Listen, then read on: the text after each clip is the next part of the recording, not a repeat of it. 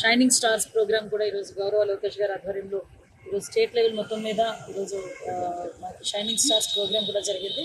సుమారుగా 190 మందికి 20,000 రూపాయలు క్యాష్ ప్రైజ్, అదేవిధంగా ఒక మెడల్, ఒక సర్టిఫికేట్తో వాళ్ళందరినీ కూడా గౌరవించుకోవడం జరిగింది. ఫర్దర్గా గవర్నమెంట్ స్కూల్స్ ఎంకరేజ్ చేయడం, అదేవిధంగా చదువుకున్న పిల్లలందరినీ కూడా ఎంకరేజ్ చేయాలని మంచి ఉద్దేశంతో గవర్నమెంట్ తీసుకున్న మంచి నిర్ణయానికి ఈరోజు చాలామంది తల్లిదండ్రులు కూడా ఇక్కడికి వచ్చి వాళ్ళ సంతోషాన్ని వ్యక్తం చేయడం జరిగింది.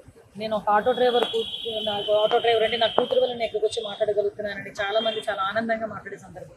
అట్ ద సేమ్ టైం ఈరోజు చాలా మంచి రోజు కింద భావించాలి. ఎందుకంటే ఏదైతే నరేంద్ర మోడీ గారు విజన్ ద్వారా 2047 వికసిత భారత్ ఉందో దానికి అనుగుణంగా ఈరోజు స్వర్ణాంధ్ర 2047 విజన్కి అనుగుణంగా గౌరవ ముఖ్యమంత్రి గారు నారా చంద్రబాబు నాయుడు గారు తీసుకున్న ఇనిషియేషన్స్ ఈరోజు చూస్తే 2047కి సంబంధించి ప్రతి జిల్లాలోనే కాదు, ఒక జిల్లా యాక్షన్ ప్లాన్ తయారు చేయాలి, మండల యాక్షన్ ప్లాన్ తయారు చేయాలి, అట్ ద సేమ్ టైం సెక్రటేరియట్కి గ్రామ సచివాలయ యాక్షన్ ప్లాన్ కూడా తయారు చేసుకొని ఫర్దర్గా ఈ 5 సంవత్సరాల్లో మనం ఏం చేయాలనేది యాక్షన్ ప్లాన్తో పాటు 2047కి మన జీడిపి రేట్ ఎలా పెరగాలి, మన వృద్ధి ఎలాగా ఇంప్రూవ్ అవ్వాలి, మనం ఏ రిసోర్సెస్ని వాడుకోవాలి, ఎన్ని పరిశ్రమలు రావాలి, ఎంతమంది ఎంప్లాయ్మెంట్ ఇవ్వగలగాలి అన్న ఒక పరిస్థితిలో ఒక ఇన్నోవేటివ్గా ఆలోచించి ఒక యాక్షన్ ప్లాన్ తయారు చేసుకోవడానికి ఒక్కొక్క సచివాలయం స్థాయి నుంచి కూడా ఒక్కొక్క ఆఫీస్ని ఈరోజు ఎస్టాబ్లిష్ చేసుకోవడం జరిగింది. దాన్ని ఈరోజు మేము అందరం కూడా ఓపెన్ చేయడమే కాకుండా గౌరవ ముఖ్యమంత్రి గారు ఈరోజు వర్చువల్గా కూడా వీటన్నిటిని కూడా ఓపెన్ చేయడం జరిగింది.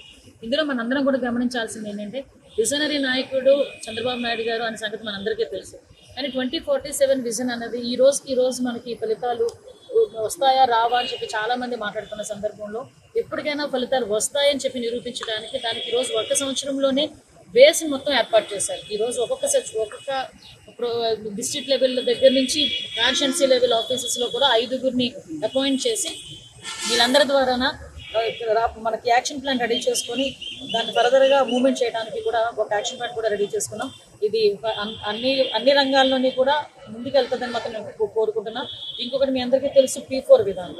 ఆ P4 విధానం ద్వారా సుమారుగా 15 లక్షల మందికి పైగా 20 లక్షల మందికి పైగా ఈరోజు కుటుంబాలను దత్తత తీసుకోవాలని చెప్పి ఒక మార్గదర్శకుల్ని, అదేవిధంగా బంగారు కుటుంబాలను ఏర్పాటు చేసుకొని ఈరోజు వాళ్ళందరికీ కూడా ఆర్థికంగా సామాజికంగా కూడా వాళ్ళ గుర్తింపుని అసమానతలు తొలగించడానికి ఈరోజు గౌరవ ముఖ్యమంత్రి గారు తీసుకున్న కార్యక్రమంలో అందరూ కూడా పాలు పంచుకోవాలని మనస్ఫూర్తిగా కోరుతున్నాను.